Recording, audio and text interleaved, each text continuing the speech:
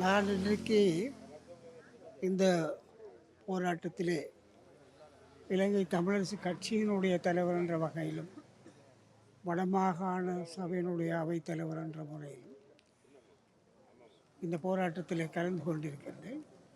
இந்த மக்களுடைய கோரிக்கைகளுடைய 100% நியாயப்பாடை வலியுறுத்த விரும்புகிறோம்.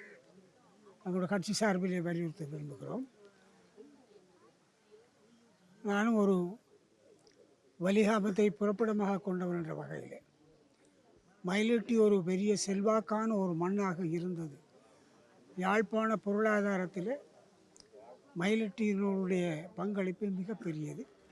இலங்கையினுடைய மீன் உற்பத்தியிலே மயிலிட்டி ஒரு பெரும் செல்வாக்கை செலுத்திய ஒரு மண், ஒரு பிரதேசம்.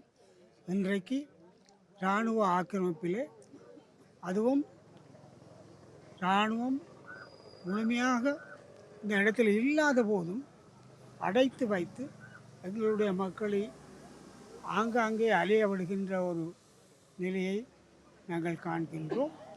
ஆகவே தொடர் போராட்டத்தினுடைய உணர்வுகளை மதித்து இந்த அரசாங்கம் இங்கே வெளியிடப்பட்ட அந்த 2013 வெளியிடப்பட்ட வர்த்தமான பிரசுரங்களை மீள கைவாங்கி எங்களுடைய மக்களை, இது ஒரு அடர்த்தியான ஜனத்தொகை கொண்ட ஒரு பிரதேசம், மீண்டும் அந்த மக்களுடைய காணிகளை அவர்களுக்கே கொடுத்து அவர்கள் இந்த மண்ணிலே தொழில் செய்து இலங்கை பொருளாதாரத்துக்கு, யாழ்ப்பாண பொருளாதாரத்துக்கு மேம்படுத்தின சேவையை ஆற்றுவதற்கான நடவடிக்கையை அனுரகுமார திசாநாயக்க ஜனாதிபதி அவர்களுடைய அரசாங்கம் எடுக்க வேண்டும் என்று ஒரு வலிமையான கோரிக்கையை நாங்கள் முன்வைக்க விரும்புகின்றோம்.